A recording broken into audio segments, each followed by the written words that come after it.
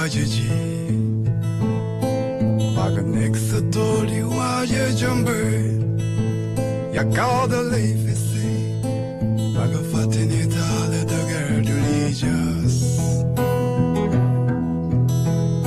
Wana la feku jiburum nela chas Nela chas, nela chas, nela chas, nela chas Jumala dar bulkone Wanna get you beyond the karunjai Bam fekula yo kolam dangan Ya kada leifese Baga fatini dar dagar dulijas Banala feku jiburum nela chas Nella chas, nella chas, nella chas, nella chas Jumala dar bulkone Adana togul mena kui bawalu I jolly bari bari lumu bari Salone konni wane Jumala dar bulkone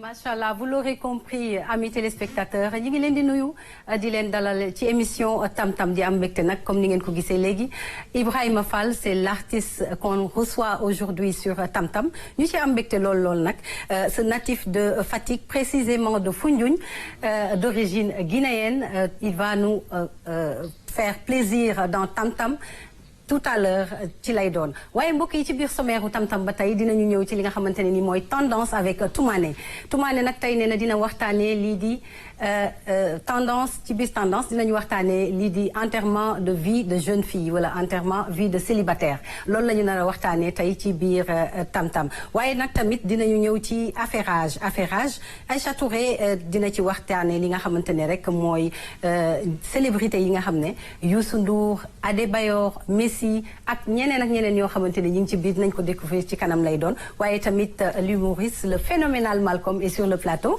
et il va nous faire comme d'habitude rire beaucoup rire ndax dafay dàq stress te baax na loolu ci suñu wér-gu-yaram alors avec l'invité bien sûr Ibrahima Fall qu'on a eu à écouter tout à l'heure ce sera la détente totale sur Tam Tam aujourd'hui et c'est tout à l'heure quand on reviendra.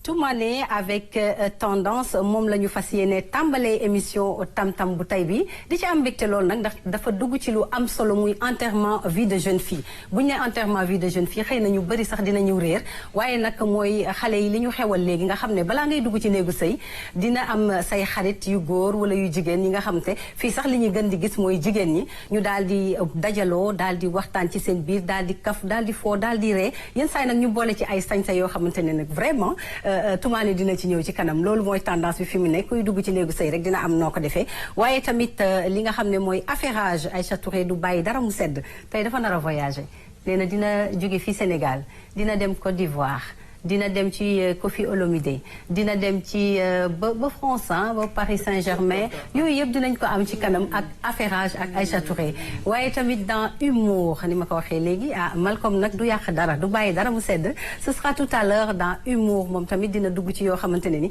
dina dàq stress ndax xam nañu le rire dafay faj dafay soigner l'organisme dafay dàq stress waaye tamit sa métabolisme ci boppam dina ci am yum ci indi dinañ ci ñëw ci kanam lay doon Toumane maa ngi lay nuyu bu baax a baax di kontaan nag ci partager plateau bi ak yow dans tendance ndax saa su ne ngay indi ñu la am solo.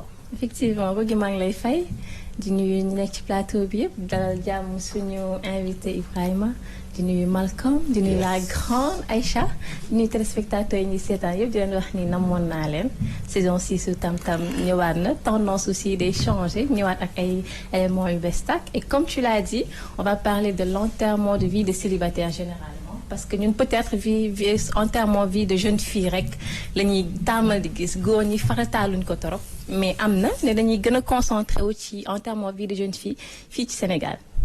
ci kanam lay doon waaye bu loolu weesoo tamit dina ñëw ci affairage Aïcha. Rouge, le rouge d'un G. Ah oui. Le rouge du samedi.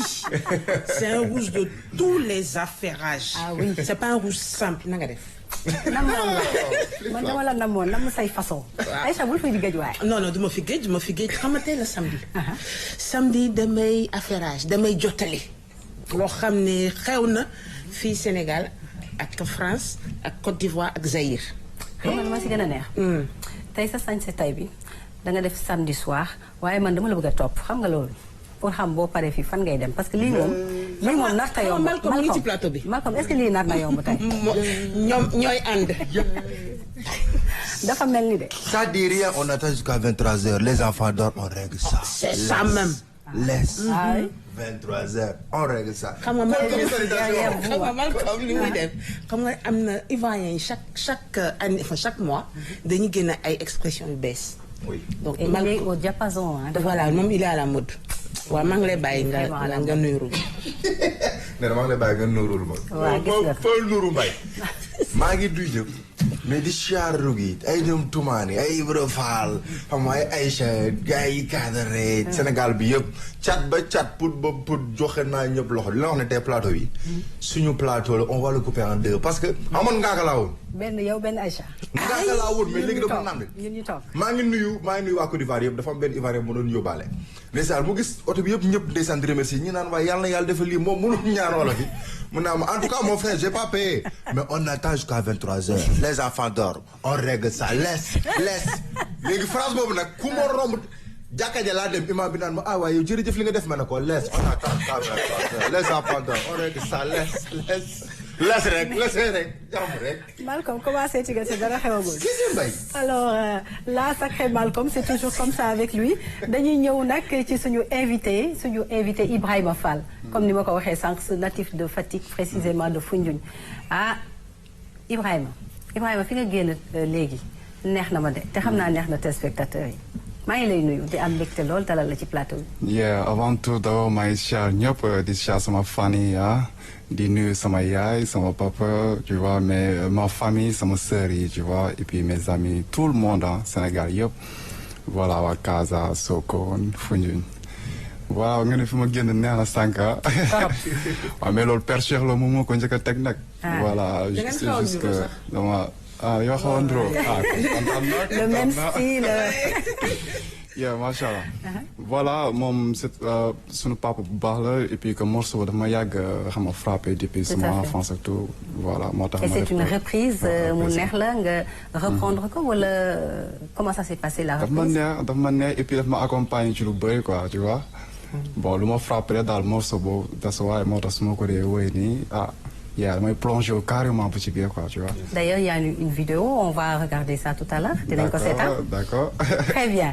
Alors, Toumane tey dañu yóbbu fu am solo. foo xam ne tendance la. foo xam ne réseaux sociaux yi mu ngi toj. Effectivement. ndax enterrement de vie de célibataire. Voilà. Mais lu ñu gis est-ce que respecté na li nga xam ne mooy suñu valeur ak suñu tradition. parce que nag dafa mel ni bu njëkk ba xawaare bi daan am moom la ñu jël. soppali ko def ko enterrement vie de célibataire. Toumane. Donc oui comme tu l'as dit ni nga ko waxee sax ni nga waxee enterrement vie de célibataire c'est bien parce que nit ñi daawuñu dégg enterrement vie de célibataire enterrement vie de jeune fille lañu doon dégg. faut comprendre que ni bokkul enfin du suñu tradition du tout. Tout à fait. Tradition boo xamante ne c'est occidental mu nekk tradition prénuptiale nga xamante ne dafa doon am avant juste le mariage soit la veille wala une semaine avant. Tout à fait. C'est vraiment bokkul suñu culture amul lenn lu bokk ci culture mariage sénégalais léegi nag ok c'est bien beau nga inviter tes amis ngeen daje waxtaan pour préparer voilà donc après ñi nañ ñëw gis ko ci élément bi offre des images yoo xamante ne sont des jeunes yoo xamante ne regroupé wu nañ parce que y a la future mariée par exemple bu nekk seen meilleure copine. On va regarder. Voilà on peut le regarder après ñu ñëwaat ci plateau bi. Avec plaisir.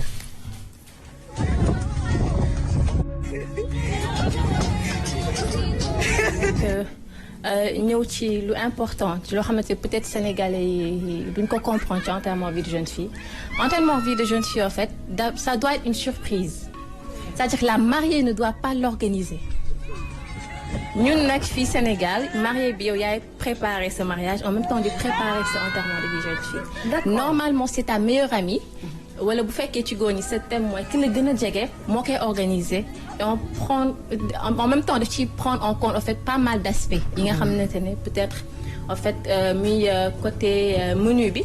c'est la personne koo xamante moo gën a xam yow li nga gën a bëgg lekk. moo gën a xam say goûts effectivement. moo gën a xam par exemple les genres de tenues yi nga bëgg. moo gën a xam musique yi ngay déglu.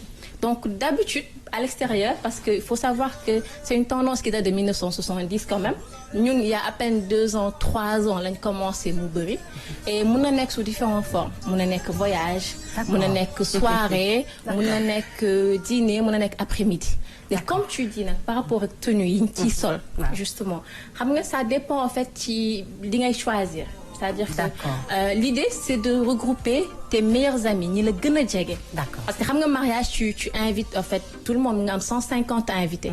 Mais enterrement de vie de jeune fille. bu la invité c'est vous êtes maximum 10 à 15. C'est un cercle des fois ça vous êtes restreint. des fois ça vous êtes 5 personnes.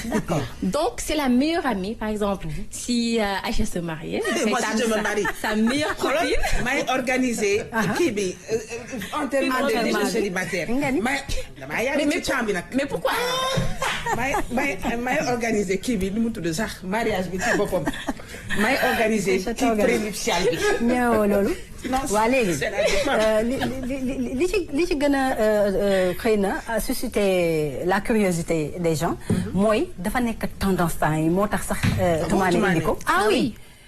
ñëpp a ngi koy def mais li ma jaaxal mooy dañu dem sax ba adopter mode vestimentaire tubaab bi elle s'habille maintenant en kimono en petite tenue di xam nga rek te elle n'hésite pas sax di ko génnee ci réseaux sociaux yi man ci réseaux sociaux yi laa ko gisee Rougui c'est vrai que ñu ngi dans un monde évolutif boo xam ne suñu gisee Malcolm di ko def Malcolm nekk influenceur on va suivre oui on va suivre comme il se doit.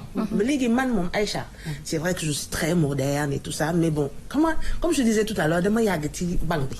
donc su ma ko defee kenn du ko yéeg wala ku koy yéeg ce sera 5 personnes et je pense que fu ñu toll nii dama ko exposer ci réseaux sociaux yi. voilà ouais ce sera après. et même pour rebondir ci loolu d'habitude enterrement vie de jeune fille ci liñ ci xam. seen téléphone bu ñu ñëwee dañuy wut un petit sac. ñëpp teg ci dugg ci seen téléphone. ça veut dire que rien ne doit fuiter. à moins que. léegi sax da ngay gis dañuy def ay fleurs photo foofu la ñëwee enfin bride to be. c'est-à-dire que futur marié. futur marié ça veut dire que enfin c'est elle moom day taxaw après ñoo ñëw photo mais après ces photos dañuy meilleur ami bi day wut benn sachet. jaar ci wugi mu teg téléphone am jaar ci. d'accord c'est-à-dire que kenn waru jël photo kenn waru jël dara waru fuité waru nekk sur les réseaux. li ñuy waxtaanee parce que d'habitude enterrement de vie de jeune fille bu ñu koy décortiquer. enterrement bon disons dañuy suul mais lan ngay suul mooy vie de jeune fille. sa vie célibataire lan nga doon def avec tes copines bi nga nekkee célibataire seen discussion yi seen waxtaan yan waxtaan ngeen doon waxtaan. yooyu yëpp la ñuy regrouper en une soirée vous en parlez et si tu as la chance d'avoir une copine déjà mariée. mu lay indil ay astuces par rapport au mariage et loolu waru génn ci réseaux sociaux yi astuces et autres. Voilà. Et ça se passe comment chez vous est-ce que garçon yi ña nga ca. non ñun maa ngi char ASC bi nga xam ne ci jeer gi rek mais ci jeer gi rek mbay ñu ñetti Abdou Ibra Fall dañuy c'est-à-dire man dama am envie xuloo tey xam nga tey tam-tam damaa bëggoon au lieu de tam-tam ñu dafa tey rëm tëmbitam damaa amoon envie xuloo mais comme que tumaane dama ko rus bëggoon naa tey mu doon genre saafante bu metti parce que yow tey ñoo yam non il faut nga ñëw si non Rougui may ñu rek Rougui génn ci de non bàyyi ma noppi kon toog yàlla sama dafa nànk yow tumaane ñoo yab yow non dafa nànk rek ça je le dis au nom de tous les Sénégalais kii rusu la de dag ñooy yab Sëñ Ibra Fall Babul Mouridina may sa bigge kumba kañ lañ daan defi Sénégal mariage ñu naan dañuy enterrer vie de jeune fille sol seen daggit ñëw toog ànd nekk seen i morom dugub seen i gaal jow ba ca biir ëf seen i manque teg seen i gâteau naan dañuy yabante noonu la doo woo sa bàjjen wala nga woo sa ndey wala nga woo sa umpaañ mu yab la la ngeen fay defay ngeen fay yëpp ngeen ñax ko ci réseaux sociaux yi jël na place média bi xawma réseaux sociaux yi ñax ko foofu ñëpp daal loolu kañ la am Sénégal kañ la am Sénégal le respect des valeurs hein loolu nga indi fii le respect des valeurs et des traditions laakal wala respect kii bu ma dee rek respect la ma ne bu ñu yëpp moom moo ñu tumaani lii moom na fi dakk moom lii dañ koy bind moom la kii xam nga bu njëkk ba Ibrahima xam nga bu njëkk ba dañ ci daan def ay xawaare waaw xawaare yooyu dañ koy def am na ñoo xam ne sax Saalum Saalum dañuy dem ba 3 jours avant le mariage ñuy xawaare di ngoyaan sujet bi dina ma jig. di permettre mbokk yëpp jóge fu ne. mën a ñëw egsi. balaa xew bi. bàjjen yi mën a yabaale seen doom.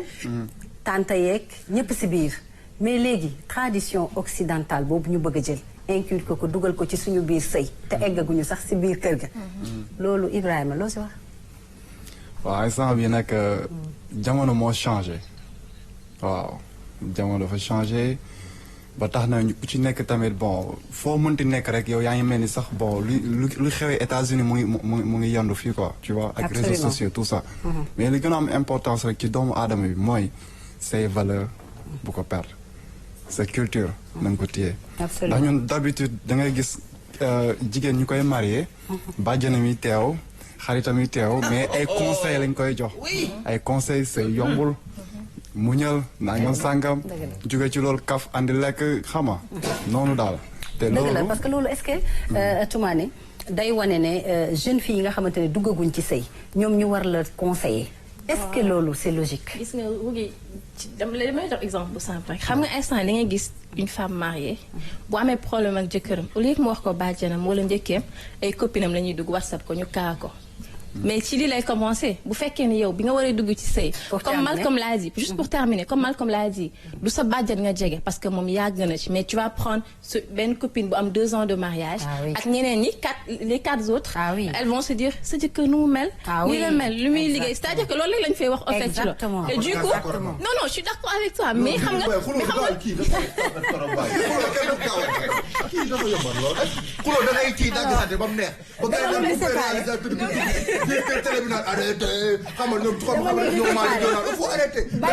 Malcolm tu me cherches Toumani atte naa leen lii atte naa leen bàyyil ma atte leen ak lii ñu dellu si waat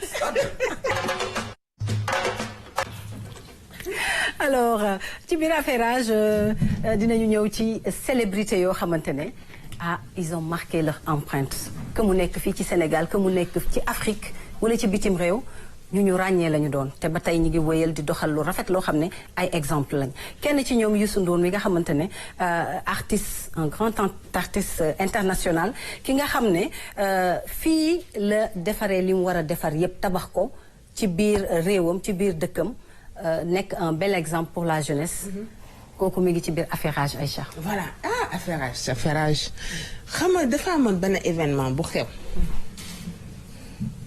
il y a pas longtemps mu réunir Youssou Ndour ak Alioune Mbaye Nder. Très bien. C'était Sénégambia et World. Tu connais? Je ne connais pas. Il faut être à la mode. léegi lu tax ma wax ci affairage bi parce que c'est tellement bon nga toog sa ñaari artistes yoo xam ne dañ la ràññee ci exemple musical et cetera ñu dem Gambie ils ont reçu le prix et ça m'a fait plaisir. Pourquoi j'en parle? Parce que Alioune Mbaye Nder mérite ce award. Exact. Et Youssou Ndour, bon, c'est la référence. C'est un modèle. Il a fait beaucoup de choses. Il nous a bercé, vraiment, il a montré le chemin à beaucoup de jeunes aussi.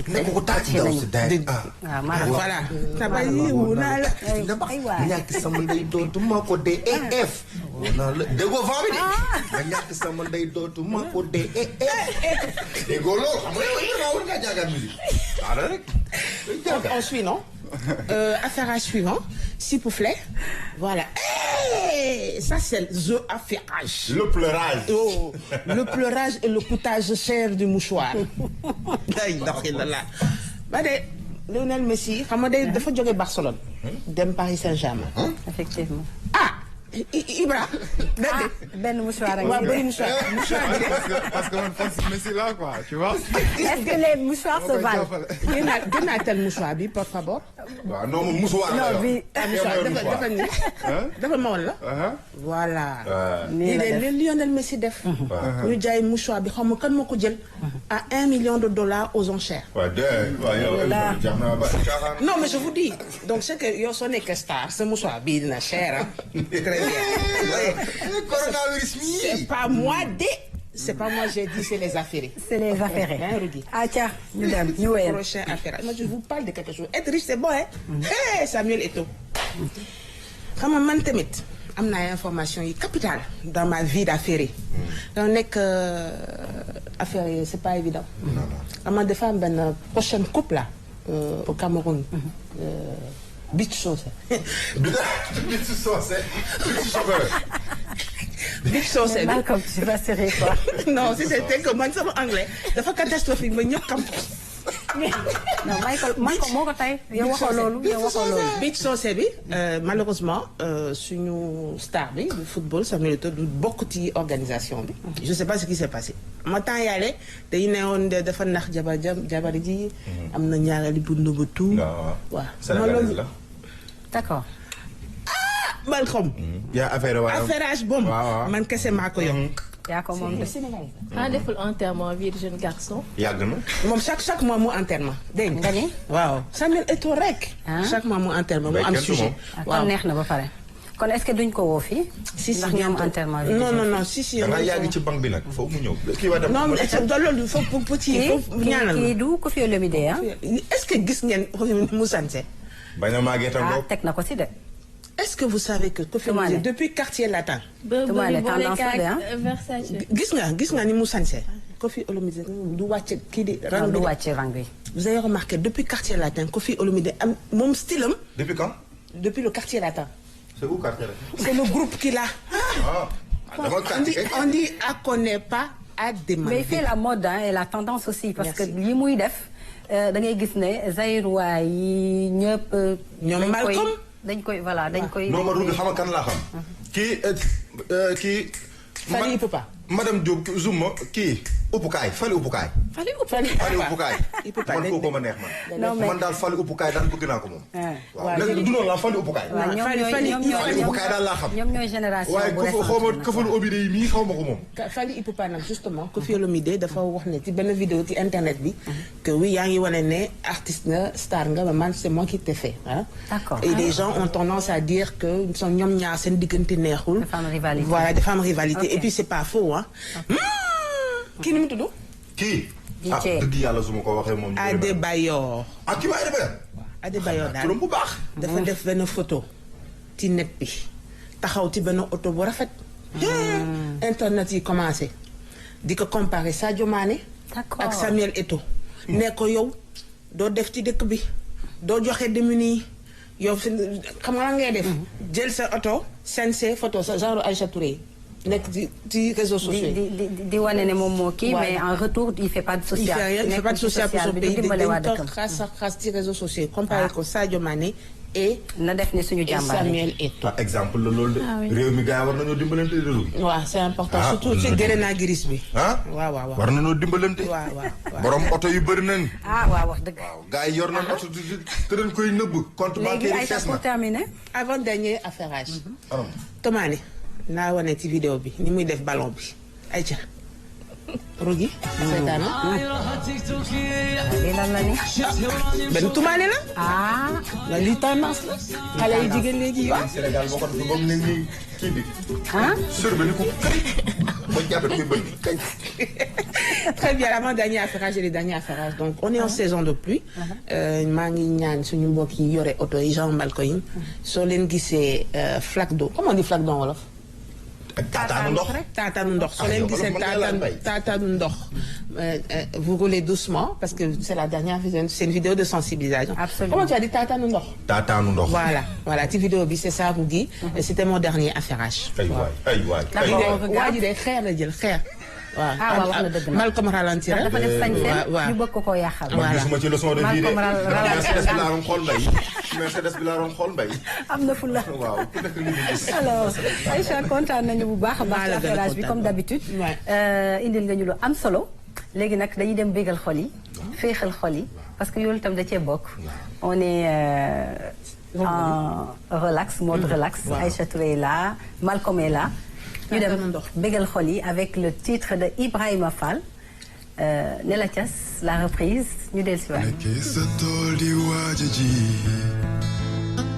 ba nga nekk sa tool di waaj a jëmbër Dakar da lay fese ba nga fàtte ni daal da dëgër du liggéey mën na la fekk ci biirum Nella Thiass Nella Thiass, Nella Thiass, Nella Thiass, Nella Thiass jëmale daal bul ko wone boo nekkee ci biir Ndakaaru njaay ba mu fekk la yow kaw la ndangaan yaakaar da lay fese ba nga fàtte ni daal de dëgër du liigas ba ne la fekk ci bërëb ne la cas Nella chas, nella chas, nella chas, nella chas jëmale daal bul ko wone àdduna toogul mel ni kuy bawalu li cooli bari bari lu mu bari selaw ne ko ndir wane jëmale daal bul ko wone ngalawaay bu la coona jàpp Batanga jale lore Adole fasu narukul Taru jongo ma Tara du fides Ngalawai bula chona jape Batanga jale lore Adole fasu narukul Alar gune gai Tara du fides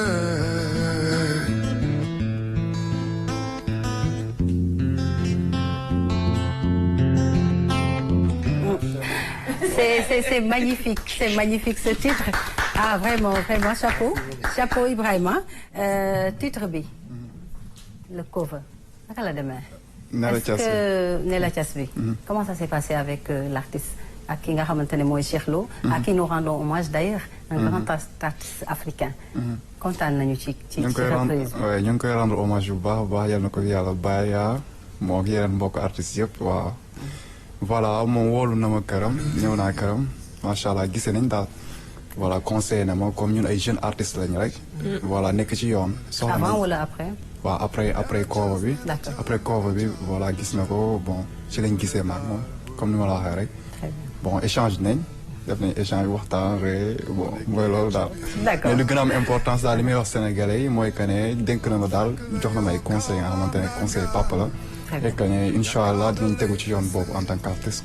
très bien alors am na solo ñu gis ne aussi yaa ngi def ay jéego ci li nga xamante ne rek mooy musique bi. kañ nga commencé musique. bon yàgg na nag maa ngi saluer sama benn sister Rijana ñun ñaar ñoo tàmbale ndoor carrière bon voilà yàgg na ça fait très longtemps je peux dire ça fait très longtemps parce que. Pendant toutes ces années ñu ngi job di xawa rek di dajale pour que rek suñuy fans yi xam nga ñu kontaan ci ñun alors là maa ngi pare benn album bu nga xamante ne mu ngi ñëw très bientôt incha allah di wax sénégalais yëpp nañ ko xaar ñoom Aïcha ak yëpp ak ñoom Malcolm ñëpp quoi voilà aussi def nañ tamit benn compilation Rhythm nga xamante ne sénégalais artistes yu nekk ci diaspora bi ñoom ñoo ko créé ñoom Fayaman Lexen ñoom Neta Dia ñoom Ombre Zayn Yuma Kanji Mam Baye Fall y a trop d'artistes affaire bi génne nañ ko le 16 bii ni passé le 16 juillet maa lay wax sénégalais ñu dem xool ko am na solo trop parce que thème yu bëri ngi ci biir daal te à l'étranger moo ngi def foofu moo ngi cartonné quoi les gens ñu koy suivre fii tamit dafay cartonné alors Malcolm. oui man juste dama gis ne non seulement dafa niroog ak Cheikh Lo ci physique beeg lox yeeg yooyu. merci frère. et c'est un musicien très calme ce qui veut dire tous les musiciens calmes ils ont beaucoup d'inspiration. parce que mës naa toog ak Carlou D benn jour invité woon ko mais bi ñu toogee ci biir ba gis. il n'était pas normal comme ñun nii quoi. il toog mel ni xaw wax wala ku calme. ñun c'est-à-dire. ah d'accord. non en fait les grands guitaristes wala pianistes et tout. gis dañuy mel ne ñuy am lu ñuy maayeen seen gi parce que dañuy yar bi ñuy wax. dañu nekk ci benn perpétuelle inspiration. d'accord. ce qui veut dire que lui c'est un grand artiste buy wax ak buy chanter c'est deux voix qui sont opposées ñun lañ lay mën a ñaanal rek mooy yoonu jàmm. yàlla nga nekk bëri ko ci mbartal. et puis pa bi tamit conseil yi mu la jox. kilifa tey bu demee ba dugg ci boutique ba génn moom moo la mën a wax. borom boutique bi mu tudd. mais bi fi mu ne suukar bi fi mu ne yow da ngay doog a dem doo fa xam. et ñun am nañ ci confiance bu bëri parce que déjà am nga talent. am nga inspiration et vous êtes très calme. malgré yi fi yëngatu yëpp. vous avez essayé de gérer votre harmonie, même boy retan sa day retan demi sourire. Mais quand même ça va. Alors, Ibra, je sais qu'il est d'origine guinéenne. Ban Guinée, Guinée-Bissau, Guinée-Conakry. Conakry. Da nga sant Fall. Fall paa bi mère bi moo nekk d'origine Conakry. Ah d'accord, ok, d'accord, très bien. Paa bi Sénégalais la quoi. Mës nga dem Conakry. waaw incha allah ñu ngi koy waajal. waaw xam naa maag sama kii ñooy ànd sax styliste. ah oui. Très bien. Ouais, bonne tendance, très bien. En tout cas, pour ne pas répéter ce que Malcolm a dit, on lui souhaite beaucoup de succès. Merci. Et comme Linga commencé, Linga Tamale, c'est très bien. Il faut utiliser beaucoup les réseaux sociaux. Nous avons une période sanitaire, avec variant Delta. Il faut éviter le moins de contacts possible et puis évidemment privilégier les réseaux sociaux. Tout à fait. Alors, Toumane, yow da ngay voyager daa mel ni da ngay dem Guinée. damay dem Guinée. Mais moi j'aimerais bien comprendre pourquoi avoir choisi de faire le clip en noir et blanc. waaw daf may fàttali quoi. jamono comme bu ma lay seetaan. daf may fàttali ko moment yooyu quoi. Un retour à l'ancienne couleur. non c'est pas la peine muy am couleur parce que bu ñu ko defee noir et blanc rek. das mean day signifier que ne xoolal wi ma fii langue officielle wolof et français voilà Mon bro. anglais bi lay please Bambaklat na di fay. Waaw daf may fàttali quoi daf may fàttali parce que moment yooyu noonu waaw am na ay affaire yu ma doon dund daal moment tu vois. d'accord. Donc noir et blanc boobu en personne man loolu waaw daf may. dafa am loo ci dund. waaw. léegi lan nga ci dund. voilà waaw dama feebaroon feebar metti. D'accord. léegi ça va Les souvenirs Ouais, sont ça restés. Ouais. Souvenirs yi daf la topp ba tey di la ou bien. Voilà daf may topp ba tey quand je regarde la vidéo voilà je dis damay xalaat rek ne alhamdulilah. Alhamdulilah et que morceau bi à ce moment dama am sama benn tata jugoon xam France. bëgg Cheikh Lo trop. te cassette da ko doon teg en boucle quoi tu vois. D'accord. voilà moment yooyu nag man mooy loolu. maa ngi sama côté. D'accord. Yep. Alors Toumane. waaw man damay gis rek par rapport ak clip yi nga xamante c'est en noir et blanc comme bu ñu jëlee clip bu Souleymane Faye ci mbëggeel boo seet affaire man bokk su may seetaan genre clip yooyu damay bàyyi xel torop ci paroles yi alors que lorsque c'est en couleur peut-être que damay topp mélodie beeg image yi ba du may fàtte torop voilà paroles yi vraiment alors que là da ngay toog tu es calme et là tu réfléchis par rapport ak li ngay wax donc c'est déjà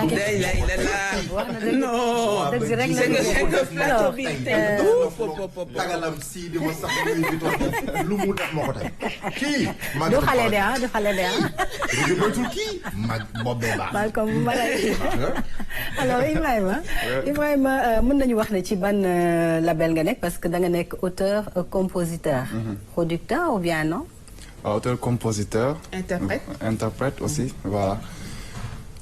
maa ngi ci benn label je veux dire Bapulo Bap Production. maa ngi koy saluer de passage. et que di nuyu Papa Laye di nuyu grand Lamine Faye bassiste. voilà moom lu mel ni ay mix mastering des fois ci moom lay jaar moom mooy teel loolu noonu. voilà léegi label boobu noonu Bapulo Production. moo ngi jàppale jeune talent yu bëri fii. dama kontaan parce que Bapulo dafay jàppale jeunes yu bëri. te que moi aussi j'ai vu beaucoup de talents yi nga xamante ne. maa ngi leen di gis peut-être que yéen xamoo leen am na ñoo leen ci xam. mais ñooñu bés bu ñu génnee c'est grâce à Bapulo quoi. ma koy féliciter parce que actuellement dañoo nekk ci Sénégal dañoo soxla. ñi nga xamante ni jàppale jeunes yi quoi tu vois ci bépp secteur. secteur de la musique. même ci côté lavage bi aussi may saluer passage waa Set Wecc. ñooñu dañuy def lavage. mais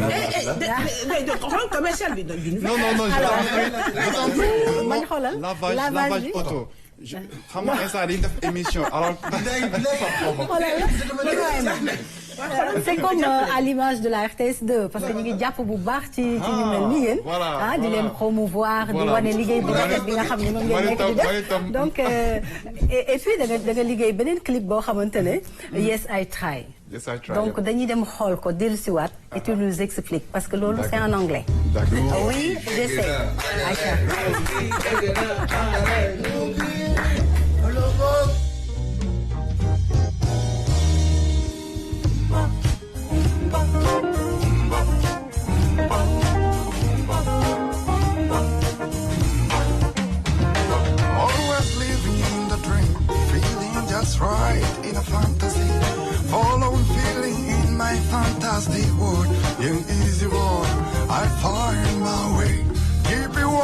to achieve no cost. Easy, easy way. Where you are looking for you to show me my way. Yes, I try. I try to be the best. And I'm trying. I try to be the nice. And I try to be the best. And I'm trying. I try to be the nice. Alors Yes I Try ñu gis ci mu coloré. gis ci d'autres personnes yoo xam ne ñoom nga ci àndal. Est-ce que mën nga ñu wax pourquoi ce titre en anglais ak lan moo nekk ci biir way bi exactement. titre bi moo nekk Yes I Try. waaw qui signifie juste comme jéem rek di jéem. bañ a bàyyi bañ a xaadi. waaw ci contexte musique bi. en fait musique bi yàgg nañ ci que depuis ñuy xale ba tey man ak sama sister Rijana alors que tout le temps ñu ngi ciy accroché wu. bon nekk ay mag ya nga xamante ne tamit ñoo ñuy jàppale tout le temps. that's why moo tax ma bind texte bii nii. njukkal leen ci aussi. defee ko Casamance Thionkesil. oui. c'est magnifique hein. di nuyu waa Thionkesil yëpp di nuyu waa Thionkesil yëpp. di leen di big up sama benn sista Awa Sadio. moom itam artiste la voilà di koy big up lu bëri moom itam moo ci bopp. on leur fait un clin d'œil à toute la population du sud. ah oui RTS Casamance en particulier. Malcolm moom dégg na anglais moom bu ñu tegoon. ah oui wolof bi sax dafa leerul bu baax so yes léegi moom su déglu anglais tu nous expliques pas. non bien sûr that's what I'm doing now. doing ko de. loolu laay def nii Aïcha ñëwal ci clip doing ko. xam naa temps bi te mu xoj ñu mais fam loo xam il faut que ñu souligner ko. benn yoon laa mos a dem Thionkesil. nit boo demee fenn ñu defal la lu baax boo amee occasion il faut nga wax ko quoi. mais en toute franchise.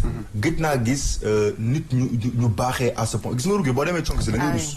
ah oui. barki Baye laa yeesu waay te dëkk boobu noonu pour nga dem fa.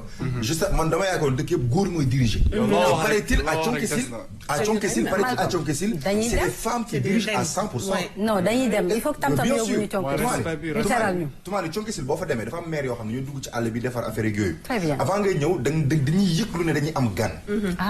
da ngay gis nga ñoom boo leen yëgee bu leen jox dara soxlawuñ dara. gis nga boo leen yëgalee ne diw dana ñëw semaine prochaine. niñ lay toppatoo niñ lay teralee j'ai jamais vu ça de ma vie ça je le dis. ci plateau bi j'ai jamais vu ça ils sont magnifiques et merci beaucoup yàlla na yàlla fay leen. la teranga sénégalaise dafay refléter wu foofu bu baax a baax et c'est à l'honneur de toute la population sénégalaise kontaan nañ ci bu baax a baax Toumane. alors ñu gis clip bi gis tamit mu am benn voix bu neex. parce que bégal nañu léegi te xam naa dina ci ñëwaat parce que day adoucir vraiment suñu les mœurs quoi. et ñu gis bi yoon nag ñu gis couleur yi parce que je pense que mënu woon dem Casamance c'est de wane vraiment la verdure casamançaise. donc là on voit nettement la différence et ñu koy féliciter rek di ko encourager. très bien alors pour terminer dañ lay bàyyi nga tàggatoo.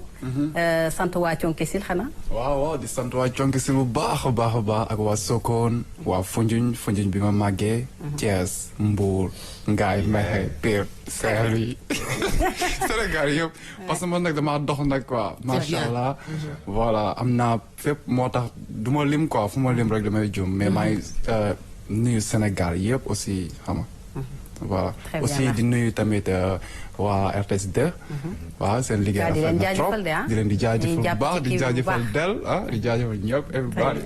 merci alors Toumane on se retrouve vendredi prochain. Inch'Allah may jox rendez-vous téléspectateurs yi di leen wax ne nag.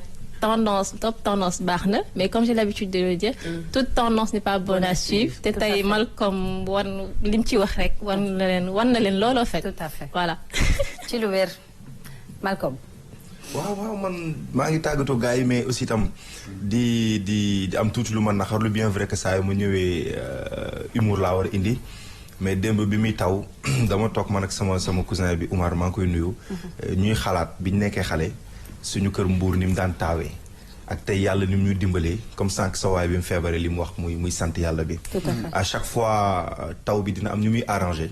mais saa yu tawee tam nañuy xalaat ñi nga xam ne dañu nekk dans le besoin. absolument. da nga koy xool ci snap yi. di nga xam ne au même moment gars yi di jooy ñee ñu ngi ree. mais nañu xalaat bu baax ñi nga xam ne ñu ngi nekk dans le besoin adduna nag nii la. yàlla bu la tegee benn dogal c'est pas parce que daf la bañ ay leçons la te ku nekk il faut nga am ci jaar-jaar. di wax gars yi ak lu mënti xew. temps yi phrase boobu laa jël ak li munti xew même si ça va pas ça va quand même na gars yi di dund nañuy enjoy gis nga boo amee 500 francs sax déggeel même si bu fekkee fonde la def ci juróomi dërëm mu meew nay neex nay neex bu kenn xuloo bu kenn nay neex barki Rasulullah nay neex waaye nay neex waay nay neex de yuuxul leen sàllar ni nay neex bu leen jugé bu nay neex rek kon nay neex bu nekk na dem mu neex Aïcha nay neex toujours man moom may kii neexland waa neexland très bien oui c'est important da ngeen may invité nag non yaa ngi ci biir yow ko mën a kii rek il faut m'inviter c'est ça c'est important voilà Rougui maa ngi lay remercier di remercier ñi ma bokkoon plateau la grande Toumani je te remercie aussi la star n'est-ce pas Malcolm et suñu invité bi du courage bonne continuation te maa ngi jox dig daje suñu téléspectateurs yi vendredi prochain man sax maa ngi wax samedi vendredi prochain pour un autre affairage. vendredi prochain pour un autre affairage ñun tamit noonu lañ leen di tàggoo mbokk yi di amoon mbégte nag présenté leen tam-tamu tay bi di yaakaar ne neex na leen ak yeneen yi nga xamante ne ñooy ñëw yëpp di leen fàttali rek ne mbas maa ngi fi toujours nañu gën a wéyal di respecter les mesures barrières di wax ne rek jéego yi ñu ciy def oxygène recevoir nañ ko benn centrale boo xamante ne vraiment ñëw na te dina dalal xel yi gën a yokku yaakaar gi kon nag nañu daw ñàkku ji ñi ñàkku jeegul waaye tamit nañu continuer di respecter mesures barrières yi mbokk yi ñu ngi leen di ñaanal guddi jàmm di leen ñaanal jàmm d'ici là portez-vous bien à lundi incha allah.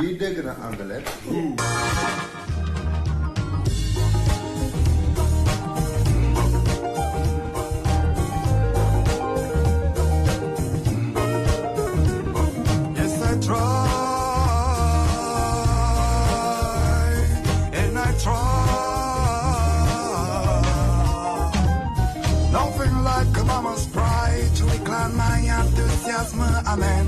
That's why tomorrow in the morning I will die hard. I can change my direction of the wind. Yes, I know, but I'm trying, keeping trying. Yes, I try to do my best. Nothing like a mama's pride to reclaim my enthusiasm. Amen. That's why tomorrow in the morning I will die hard. I can change my direction of the wind. Yes, I know. But I'm trying, keeping trying. Yes, I try to do